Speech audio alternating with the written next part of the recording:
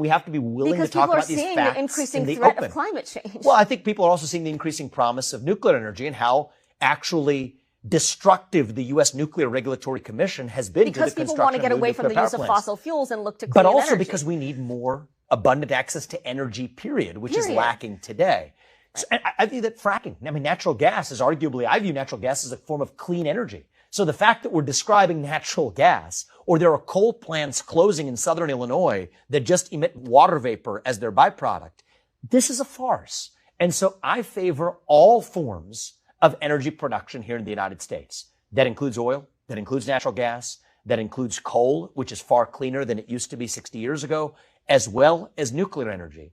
I'm also an environmentalist when it comes to clean air and clean water. I think the fact that the East Palestine disaster right here in Ohio, not far from where you and I are sitting, did not get the attention that it deserved was precisely because it did not fit the climate narrative. And so I favor human flourishing, human prosperity. Let's measure human health. Let's measure human wealth and prosperity rather than how much carbon we're emitting into the atmosphere. Let's instead measure how we're impacted as human beings. And that's just a fundamentally different shift.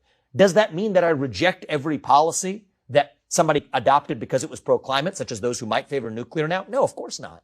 But I favor human flourishing and human prosperity being the standard, not how much carbon we emit. I think we have to let go of this anti-carbon cult and instead embrace a pro-human and particularly American flourishing agenda. That'll be my job as U.S. president.